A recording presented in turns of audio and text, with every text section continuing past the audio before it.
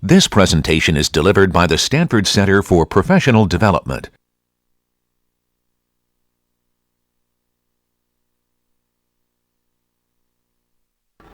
The topic for today's class is our friend, the GUI. And you look at that and you're like, GUI, what's that all about? This is what we refer to as a graphical user interface. But the way it's usually pronounced, Graphica. It's sort of a little bit more avant-garde that way. A lot of people, at times you'll hear people say this as it's a GUI, like, oh, it's GUI, it's like taffy. They're just pronouncing the letters, G-U-I. Okay? But the basic idea in a GUI, right, and actually if you think about it so far, you've been doing some stuff that involved the graphical interface before, where you might have had a program and you did something that involved mouse clicks. So when the user clicked on the mouse or they moved the mouse, like in Breakout, you were essentially creating an interface for them that was graphical. But the notion of graphical interfaces that most people are familiar with when they talk about GUIs are sort of these things that you interact with on the screen. Things like buttons, right, that you may press, or what we refer to as sliders, which are little things that look kind of like this, and you kind of move this little button back and forth along some scale from, high to low, whatever it may be. Checkboxes. And checkboxes, a lot of times you see on like forms on the web, it's just a little box. Sometimes you can put a check mark in it, or you can click it again, and it takes rid of the check mark. Something we refer to as radio buttons, and this should hopefully be familiar because this was on your midterm exam, right? Except we had you do this very stylized version of it with the graphics library. And radio buttons is just basically where you have a list of choices with buttons, and when you pick one, it becomes selected. And then when you pick another one, this one becomes unselected, and the other one becomes selected. So if you want to give someone a short list of options. There are some other things that come up. For example, something that's called a combo box. This also goes by other names. Sometimes people call it a drop-down box or a chooser. And it's one of those things that kind of looks like this. Sometimes you see a little triangle next to it, and it might have some value in it, like blue. And you click on the triangle, and you kind of get this thing that drops down, and there's other choices like black or red or green or whatever the case may be. That's called a combo box or a drop-down box because when you click on it, this thing kind of drops down. Or just our friend, the text box. And a text box is just sometimes, where there's some form you fill out, there's a little box and you can enter some text into it. Okay? These are collectively what we refer to as interactors, because what they are things that allow the user to interact with your application and provide some information to your application interactively by clicking on buttons, moving around sliders, setting checkboxes, or selecting from radio buttons, or picking some option in the combo box. That's all they are. So we refer to them collectively as interactors. Now, the interesting thing is, how do we actually use these in the context of a Java program to allow someone to interact with our program more than they've done before, right? So far, people have been able to enter text in sort of a console window, or they've been able to move a mouse or click. We want to be able to do something more. So in order to do something more, we need to have the use of some libraries. Okay, and the libraries that you need to use for interactions, besides the standard ACM libraries that you use, like acm.program.star, is you want to import two Java libraries. One is called java.awt.event.star. These are all in the book, but you can write them down if you want. And you also want to import something that looks a little funkier. It's JavaX, right? So just keep that in mind. It's not Java. It's javax.swing.star. And collectively, what these do is this helps you keep track of events when the user is interacting with something, like before when you had mouse events when the user clicked. And JavaX Swing is actually a package that's part of the standard Java libraries that has a bunch of stuff that allows you to create these graphical interactors very easily on the screen. Okay? So those are the libraries that you're going to have. And so to give you an idea of what's actually going to be going on in your program, if we can go to the slides, let me show you how the program or the interactor hierarchy looks. So in the Java world, so this is in javax.swing. All interactors, in some sense, at the end of the day, are what we refer to as J-components. J-component is kind of the basic, generic thing that all interactors are. It's kind of like when you think about the graphics library. All the elements that are in the graphics library, like a G-oval or a G-rect or a G-label, are all G-objects at the end of the day. Same kind of way to think about it with interactors. At the end of the day, all the interactors are J components. Notice this is a J instead of a G, because we refer to these as there's really Java objects in some sense, so they all start with a J, and that's just the naming scheme in Java. And then there's various kinds of things we can have, like a J button is a J component. It's just going to be a particular button that we're going to display on the screen. And there's different kinds of buttons. There's your standard button. There's other buttons like a toggle button, which we're not going to talk about because no one ever uses toggle buttons anymore in their raw form. But for example, a checkbox and a radio button, if you think about them, in some sense are ways of doing some kind of selection like a button. On a button, you just click one thing. A checkbox, you set some box to either be checked or unchecked. And a radio button, you pick one of many options, right? So in some sense, it's just how much flexibility you have with them, but at the end of the day, you're doing some interaction with them that involves clicking somewhere to turn something on or off, basically. There's a slider, which we talked about, little slider thing that, basically is some spectrum that you can move some controller on. There's something called a J label, not to be confused with a G label, but a J label is very similar. It's just a piece of text that you can put next to some of these other components to label what it is. It doesn't actually do anything other than just kind of sitting there being a pretty label. Combobox that we talked about, and a text field, which is basically like a text box.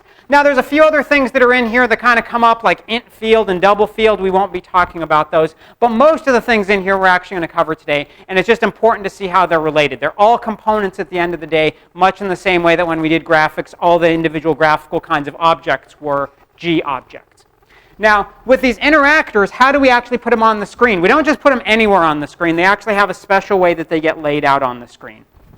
And it turns out now, again, you're old enough to find out something that we sort of didn't tell you about this whole time. Even though it existed this whole time, now it's time for you to know about it.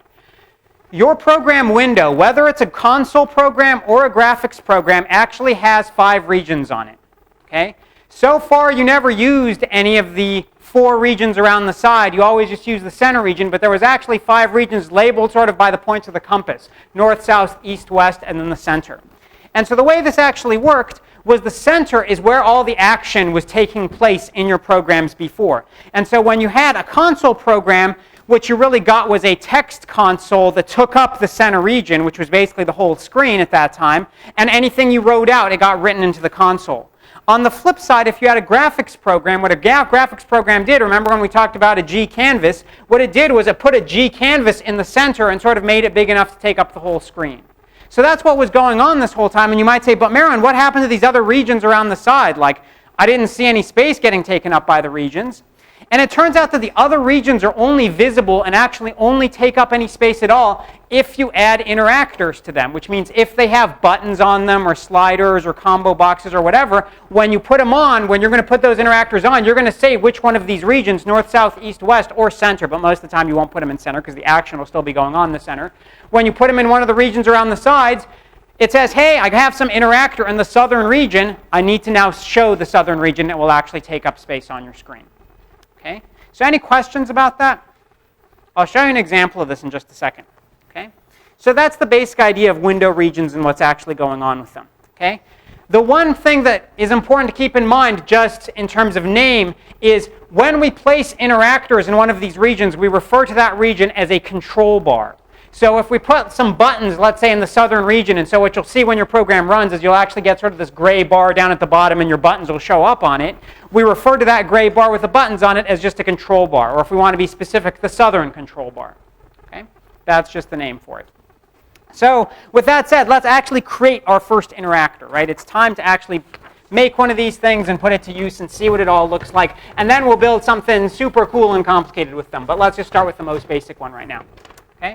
Little side point, Computer Science Career Panel next week. Go there, Wednesday, November 14th in Packard Room 101. It will show you a wide spectrum of things that you can do in computer science at 5:30. There will be people there who are working at startup companies, people there who went into academia, people there who are, for example, doing product management or marketing, who all are graduates of Stanford's computer science program. And it just shows you the wide breadth of stuff that's going on. So if you have any inkling at all that maybe computer science is for you, check that out. That's just a little side point in the middle of lecture. So let's create our first interactor, the button. Okay? And the way we create this is we're going to need to have a constructor. We're going to need to create something called a JButton. And so the type is JButton. We give it a name. I'll just call it butt for our button because we have one. And so what I'm going to do is I'm going to create a new one of these things in the standard style I use for creating something new. It's a new JButton. And what I give the button when I create it is I give it a single parameter, which is the name or the string that I want displayed on that button. So let's say I want this button to have the word hi on it. Okay? What that does, it creates a button object that the button is labeled with the word hi. This button does not yet show up on the screen. It doesn't yet do anything. All I've done is create this button object. Okay? Now, the next thing I want to think about when I want to do anything involving these interactors, right? After I create one of these, I'm going to put it somewhere. But before I put it somewhere, one thing I want to keep in mind is I need to listen for these interactors. So before, when we talked about the mouse, we added mouse listeners. And when we talked about keyboard events, we talked about adding keyboard listeners. If I want to do something with interactors, I need to add what's called an action listener. So somewhere in my program, say in my init function or my init method or my run method, what I'm going to do is say add action listeners. Much in the same vein, I would say add mouse listeners. And matter of fact, I could have both, and most of the time in programs that are interactive, I probably will have both. But add action listeners, when I add that, says, oh, yoo-hoo, I'm going to be listening for things happening like when someone clicks this button. And so I'll show you in just a second, there's a corresponding function that gets called, or method that gets called when some action event happens. And that's the idea. When you had a mouse and your mouse moved or you had a mouse click, you got mouse events. And so you created methods that were called automatically for you when those mouse events happened. Like when the mouse got clicked, one of your methods might have gotten called. Here, it's going to be a special method that's going to get called every time some particular action happens. And I'll show you that in just a second. Okay? So we need to add action listeners at the very beginning of our program, right? And then somewhere we're going to create a button. And then we need to add the button to one of our 5 regions. So the way we do this is we use add. And we're going to use a version of add with 2 parameters. What we're going to add is the object. So we specify the name of the object. And this should look real similar to from like graphics when you added, say, a grec to the window. But because these are interactors, we don't just add them to the window. We add them to a particular region. So we might say south. And so capital, north, south, east, and west are all predefined constants for you that let you know what region you're referring to. So add button to south says, put this button in the southern region. And now that there's an interactor on the southern region, it will automatically show up for you. Okay? So any questions about sort of the basics? Good question. How does it know where in the region they show up? Well, what it does is it will automatically manage the layout for you. So what it does is any interactors that are in a region show up centered in that region, and they show up in the order in which they were added to the region. So if you add 3 things to the region, 1, 2, and 3, they will show up in the order 1, 2, and 3, and they will be centered with respect to the entire bar. Okay, and I'll show you what that looks like in just a second when we do a complete program. Let's write a complete program together on the board, and then we'll actually see what that code actually does when we run it. So we're going to have some init method. A lot of times in interactive programs, rather than having a run to begin execution, you just have an init. Say, I'm going to set things up, and then I'm going to wait for interactive events to happen, and when they do, then other methods of mine will get called. So I'm not actually running something, I'm just kind of initializing the world. So oftentimes you'll see these programs written with an init method rather than a run method. That's just the way they are. So what I'm going to do is I'm going to just do a shorthand. I'm going to do the construction and the add all in one line so you see that. Add new J button with the label hi to the south region. Okay? So all I've done is I don't have a variable to keep track of this J button anymore. I just kind of create it and add it. Just like you may have done with some graphical objects when you created them and added them immediately to the canvas, we're doing the same thing here because we don't need some method or we don't need some variable to keep referring to this button. That button, when it's pressed, is going to invoke some other method for us automatically as long as we add our action listeners. Okay? So then here we would say add action listeners. And so what we generally do in our init method is we create all the interactors that we want to create, and before we're done we say add action listeners to say, okay, I created everything now go ahead and start listening for events on them. Okay? Now when some action actually gets performed and you've added action listener, what happens is a method gets called for you called action performed. So this method is public void, and you should always declare it as being public void. And it's called action performed, lowercase a, uppercase p, action performed. And what this gets is a particular parameter, and the parameter it gets is something called an action event, and I'll just call that E. Okay, so that's the parameter that it gets automatically. Just like when you had mouse events, when you had your mouse clicked function, for example, exactly the same idea going on here, except this gets called when, for example, someone clicks one of your buttons. Okay? Now, how do you figure out what actually happened when this interactor, this interaction was actually performed. Okay? Action performed, important thing to keep in mind, only gets called when buttons get clicked. So later on when we talk about some other things, I'll show you like when someone clicks a checkbox or whatever, how we deal with that. But the important thing to think about is action performed only called when buttons get clicked. Okay? So right now we only have one button. So you might just say, hey, if I click that one button, this gets called. I know it's that one button, life is good, right? Well, sort of. You still want to keep track of which button was actually called because you might have an application that has multiple buttons in it. So how do you do that? What you do is you're going to have a string that we'll call CMD for command, which is going to be essentially the command that caused this action to be performed, to be called. Okay? What does that mean? What it means is this action event, E, we're going to pass it a method called getActionCommand.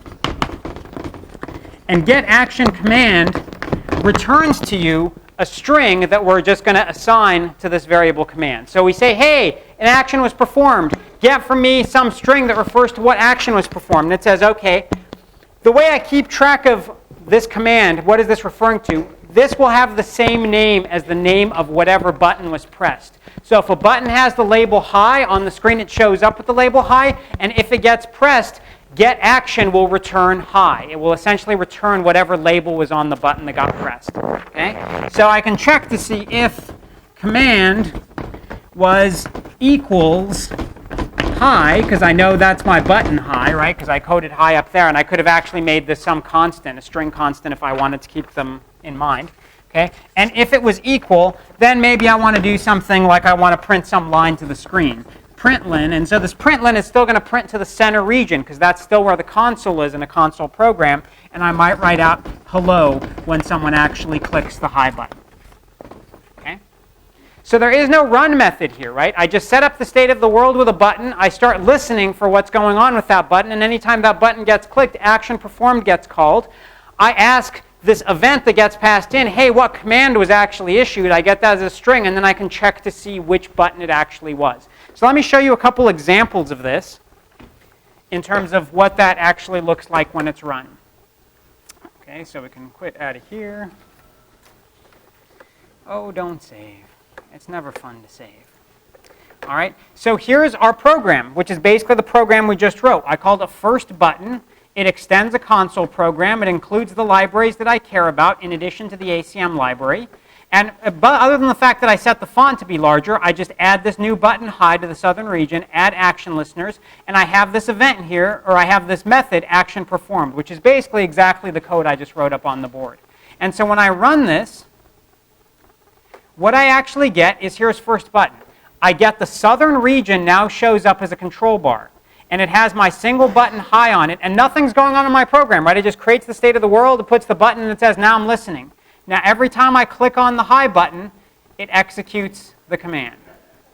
Right? As you can, and after it goes off the screen, it keeps scrolling. And you're like, oh, how small can I make the scroll button? Scroll bar over here on the side. It's the things you do at 4 a.m. when you get your programs working that just make it that much fun. So let's look at a slightly more complicated program. Same idea, but something more complicated. Okay? This is called button press. And all button press is doing is it's creating 3 buttons instead of 1 button, and it's adding them in different places. So it's creating a button that says hello in the northern region, creating a button that says CS106A in the southern region, and creating another button that's called Basket Weaving 101, also in the southern region. And after it creates all those buttons and adds them, right, you always remember to add the buttons, it adds action listeners to listen for those buttons. So what happens if a button gets clicked? Action performed is going to get called. And here I get the action command, and depending on what the action command was, I know which button was clicked. So if it equals hello, I know the hello button was clicked, and I write out hello there. If it equals CS106A, I write out CS106A rocks, and if it's Basket Weaving 101, I write out not so much. Right? So here I run my button press program, and notice now the northern and southern regions show up. So the regions automatically show up anytime there's an interactor there. You don't have to tell the region to show up. It knows to show up if you put an interactor there. When I click hello, I get hello there, 106A rocks, and Basket Weaving 101 not so much. And you're just like, oh, I click a little here, click a little there, a little under the arm. Yeah. There you go. Right? It's like 10 lines of code, and I can put buttons all over and just click them wherever I want. All right? So buttons are kind of fun, sort of. But we can do some cooler things, right? Let's actually create an interactive program and bring back, remember click for face? You remember that from a long time ago where we clicked a button and we got a face on the screen? Anyone remember? If you remember that, raise your hand. Yeah, click for face. This is like souped up click for face, okay? And so the basic idea is we're going to allow someone to click for faces on the screen, but they can pick the size of their face using radio buttons, either small, medium, or large. They can pick the color of the face, black, blue, green, or red. We'll start with black. And they can choose to either show the front of the face or the back of the face by saying, hey, show the front or don't show the front. So let me show you an example of this. So I'm going to draw a medium-sized face, the front of the face in black. So I click here. Oh, front of the face, medium size. Front of the face, medium size. Large face, large face. Small face, little small face. Red face, red face. And you're like, okay, that's fun, Mehran, but what does the back of the face look like? It's the back of the head. Guy's bald. There's nothing. It's an oval. But that's the thing we want to keep track of, right? Do we draw a face or we draw an oval depending on if front is clicked or not? So how do we get all these buttons and these check boxes, these radio buttons, this drop-down box or combo box, and then we have clear, which is just a button that erases everything, and then we're like, hey, large face. And we just start all over again, right? So how can we create this whole program in the span of like one lecture? So here we go. We're going to go do it. All right? So first thing we're going to do, it's speed. It's like kind of like name that tune, but it's sort of name that interactor. It's like how many interactors can you go through in half an hour? And it turns out they're actually not that complicated, so we can go through a whole bunch of them. Okay? So you already saw a button. What are some other things we want to do? Checkbox. Right, so checkbox, you saw that checkbox that allowed us to either show the front of the face if it was checked or the back of the face if it was not checked. How do we create a checkbox? Well, the type here is called J checkbox. And for a J checkbox, sorry, capital B there, what I need is a variable of that type. I'll call it check. And the way I create this is I say new J checkbox. And the parameter I give to checkbox is the name that I want displayed next to the checkbox, like front, to indicate is that the front of the face. So it'll write out front and put a little box after it.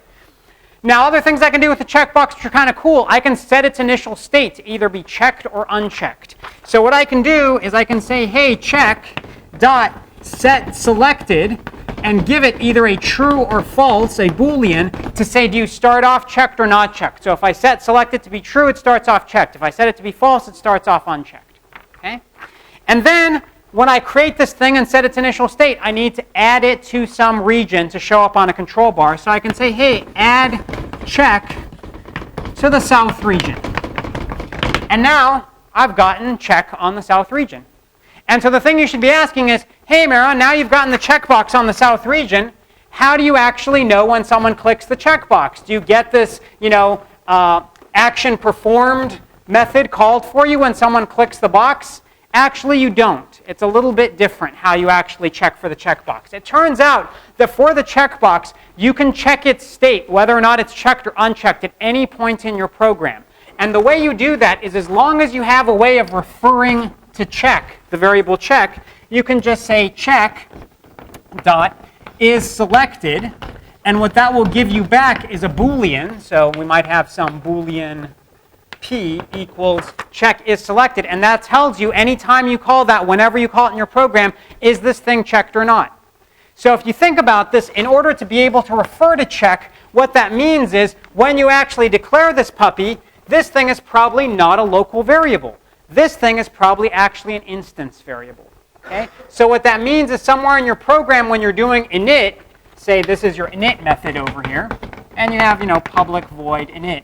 You would say check equals new checkbox, but really somewhere down here where you declare your instance variables, you would say something like private J checkbox check.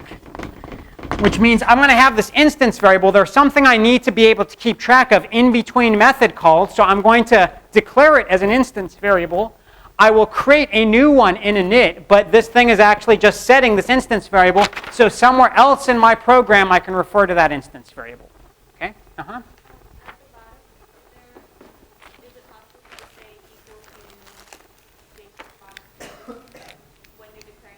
yeah, you can actually do the creation there and say j checkbox check equals new j checkbox and then whatever the name of it is. Oftentimes you just don't, like in the book, you don't see that, so I'm following that convention here. But sometimes you'll actually see someone do that in a program. Yeah.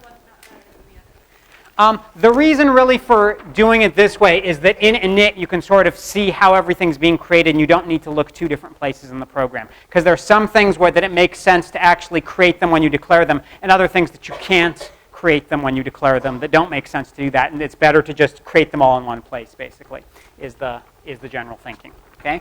So when check is selected, this is something that you might check somewhere in your program, like for example when the user clicks the mouse somewhere, right? So when we click somewhere to get a face, at that time we want to see, are we showing the front of the face or the back of the face? So in our mouse clicked method that is getting called automatically when we click the mouse, that's when we're actually checking to see if check is select. And I'll show you the code in just a little while, but that's an example of how it might actually be done.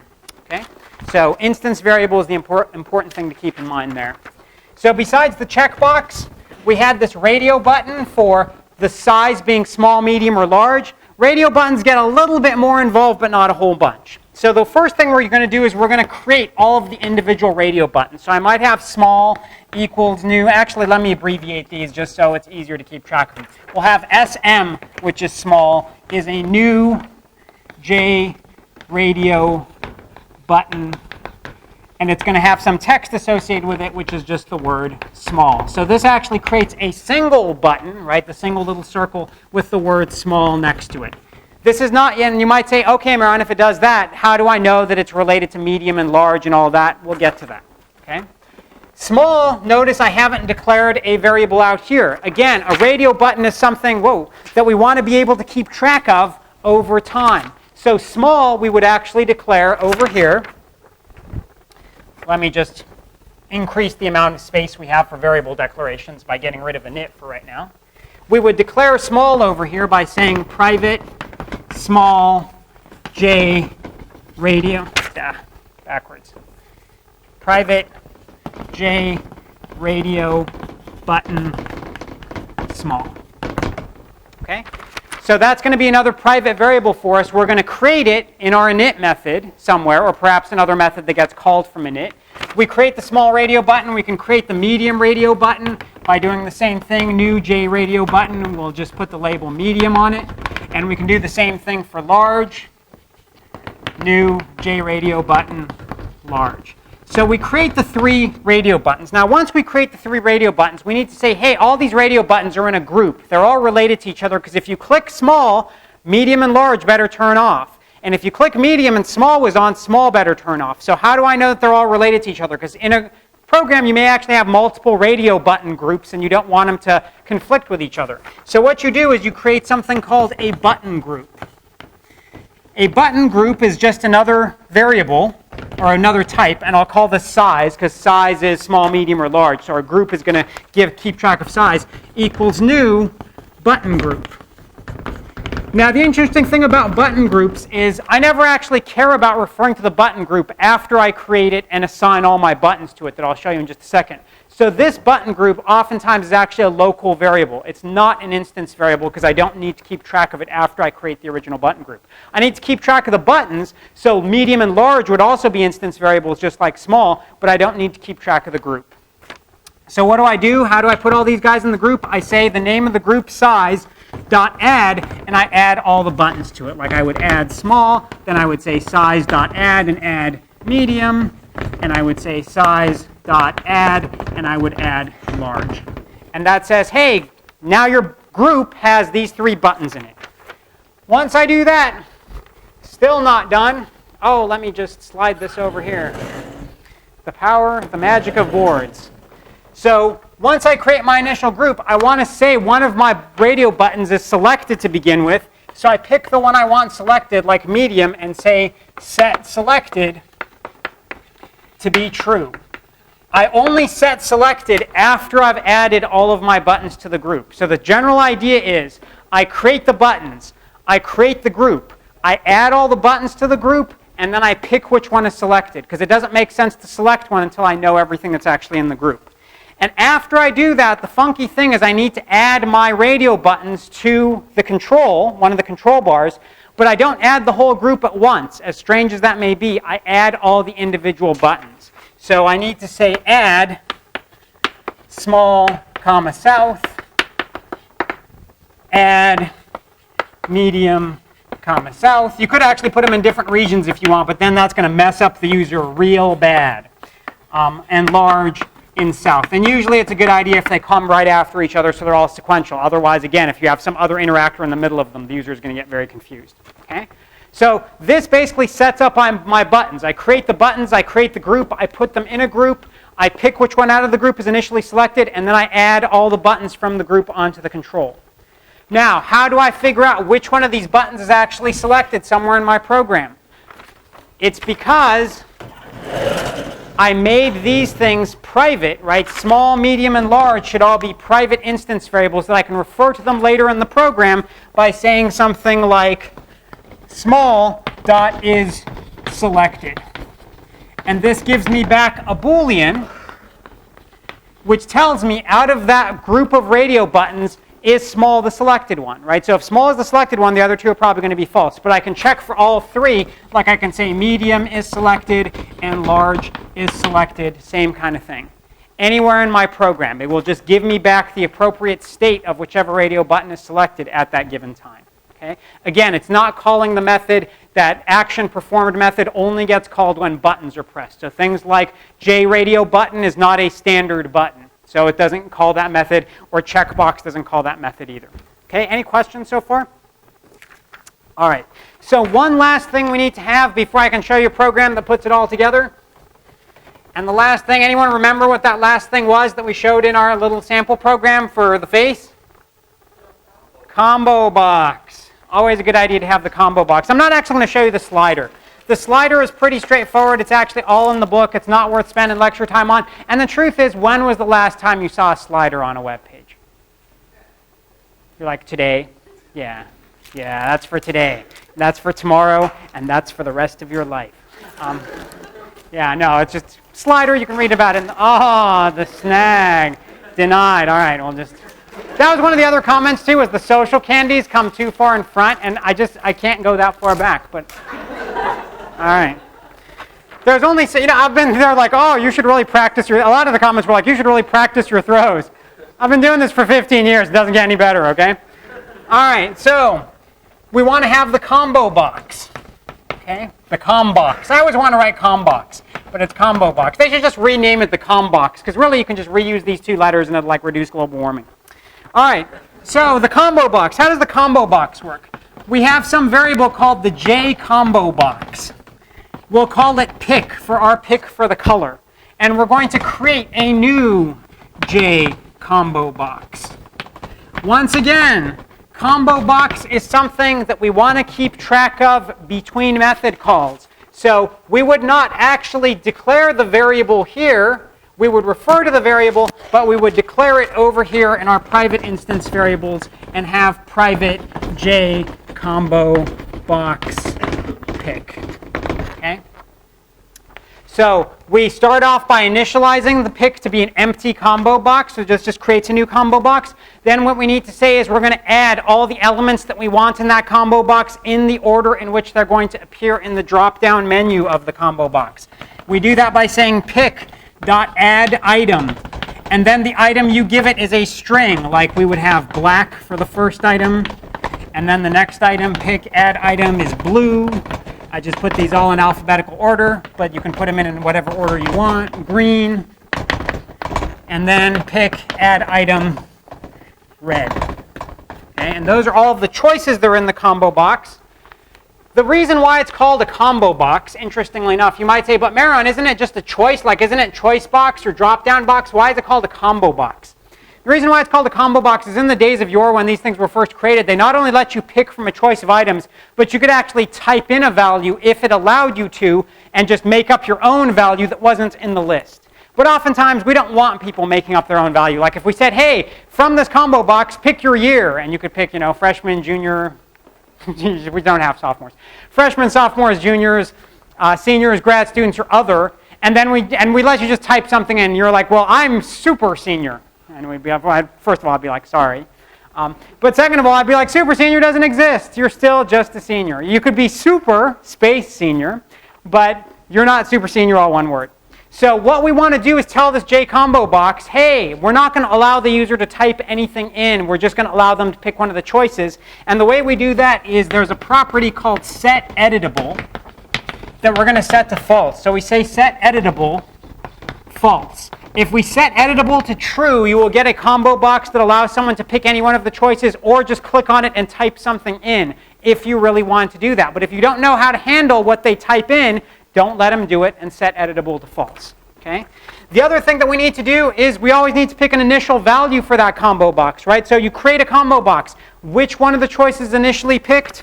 We do that just like you've seen for all the other interactors. Pick.set selected, except here we say selected item for some reason with Combobox. We just use the word item when we add and set selected item because they're just items. That's the way life is. Item, and then we give it the string of whichever one is selected, like black will make our initial choice. Okay? And after we do all this, we create the Combobox, we add all the choices to it, we choose whether or not it's editable, and we pick the initial selection. Always remember to say, hey, now I need to add it to one of my control areas on the screen. So I say add pick to, for example, the south control bar. Okay? Question?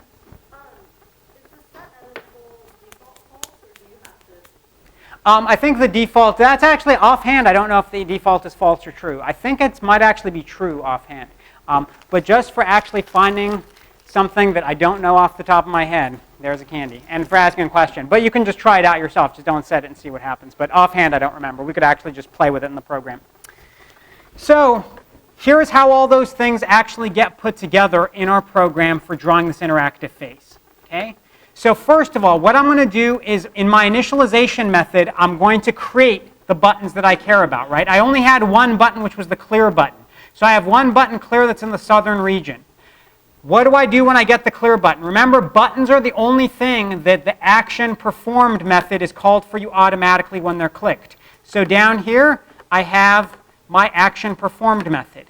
And it's pretty similar to what you saw before with the hi button, except this one gets an action event. It gets the action command. So here I didn't take this and assign it to a separate string. I'm just saying, hey, E, get your action command. I know that's going to be a string, so just directly call the equals method on it. Oftentimes you'll see this shorthand when there's only one thing that we want to check for instead of a bunch. We don't get the string separately.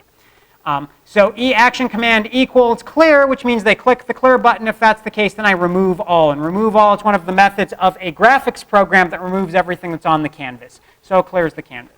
Okay? So that's how my button gets set up. Then I have a checkbox for whether or not I'm displaying the front or the back of the face. So what do? I create a new checkbox that's name is front. Notice I need to keep track of the state of the checkbox, right? Because I need to know later on, was it checked or not? So checkbox is actually down here is an instance variable. And we use our instance variables to keep track of the interactors whose state we need to refer to as the program runs. We need to say, hey, checkbox, are you checked or not somewhere later in the program? So we need to be able to refer to checkbox. My radio buttons are all also instance variables, and my Combobox pick, just like you saw up there, right? Radio button, Combobox, and the checkbox were all instance variables. Same thing going on here. Okay? So checkbox, I create it, I set it selected to be true, so when I first start off, I'm going to be drawing faces, and I add the checkbox to the southern region. Now there was two other things I had. I had a radio button for small, medium, and large, and I had a color chooser, which was a Combobox. I've just to take all of that code and sort of abstract it a little bit and modularize it, I've just created two methods that I'm going to call to do that initialization for me. So init radio button, what that does is it does the code you just saw. It comes here and it says, hey, create a button group, create 3 buttons for small, medium, and large, and add all the buttons to the button group, right? Same code you saw. Actually, you could have created the button group. You could have taken this line of code and done it after you created the buttons. It doesn't make a difference. But here I just created the group, created 3 buttons, then added all my buttons to my button group here. Once all my buttons are in there, I say, hey, medium is the one that starts off selected, and then add all of my radio buttons to the southern control bar. Okay, any questions about that? It's exactly the same code we just wrote on the board, except just with nicer variable names.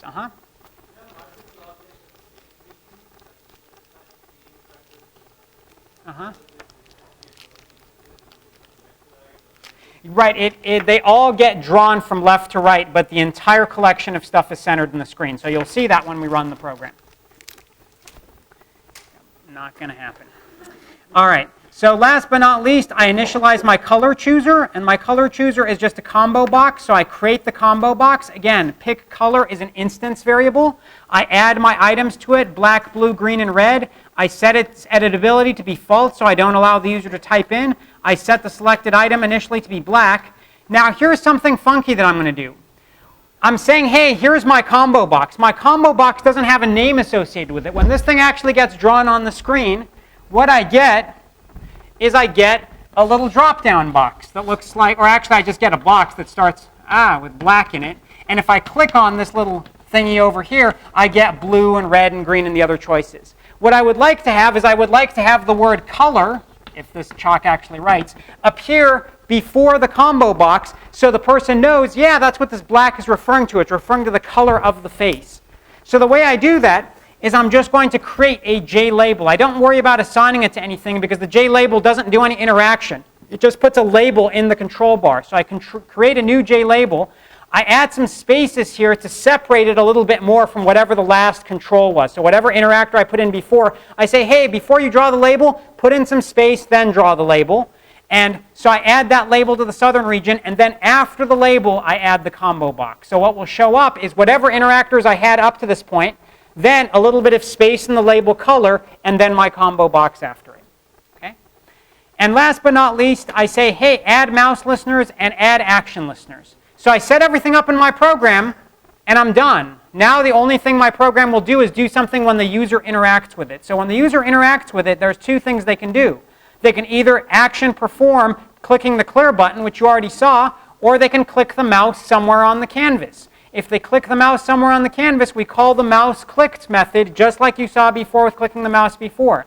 And here's where all the fun goes on with checking like the state of the checkboxes and all that. We say, hey, I'm going to have some generic object, some G object.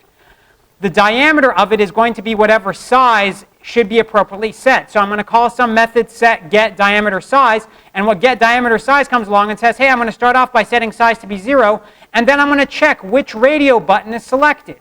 Hey, small, are you selected? If you're selected, then the size is the small diameter. If you're not selected, then I'll check medium. If medium selected, then the diameter is the medium size, and if it's not, then I'll check for large, and I'll set the large size. And small, medium, or large are just constants that are set in my program to be 20, 40, and 60. So all this does is check to see which of the 3 radio buttons is actually selected and returns an appropriate value for the corresponding size. That's what we set for the diameter of the object. Then we come here and we say, hey, checkbox, are you selected? If you are selected, then I want to draw a face. So my object is going to be a new G face, right? Just using that G face class I wrote like 2 weeks ago. If the checkbox is not selected, your object's going to be a G oval because the back of the face is just a circle. And then lastly, I need to set the color. I'm going to set this object's color, just using the set color method that hopefully by now you're very comfortable with, to be whatever color the current color is picked in the combo box. So I write a method called getCurrentColor that returns to me a color object. And it goes through and it says, here's how it works. Hey, color picker. What's your selected item? So it returns a selected item, and I need to cast that to a string. That's just a little Java-esque thing. This is all in the book, but you need to cast whatever the selected item is to a string. And then based on the string, I say, hey, is the string blue? If it is, I'll return the color blue. If the string is green, I'll return the color green. If it's red, I'll return the color red. And if it's some random thing I don't know, or it's black, presumably, I'm just going to return black. So that returns the color object black, which is what I set the object's color to. And now I've set the size of the object, whether or not it's the front of the face or the back of the face, the color of the object, and now I'm just ready to add that object wherever the mouse was clicked at its XY location. So that's the whole program. And when I run, here's how I get the layout. I added the button first, then I added the checkbox, then I added the radio buttons in this order, then I said, hey, a little bit of space and the label color, and then here's my combo box for the selection. Okay? Select green, set this to be large, I have front, I get the green face. Any questions about interactors? All righty, if that's making sense, nod your head. If it's not making sense, shake your head. All right, have a good weekend. I will see you on Monday.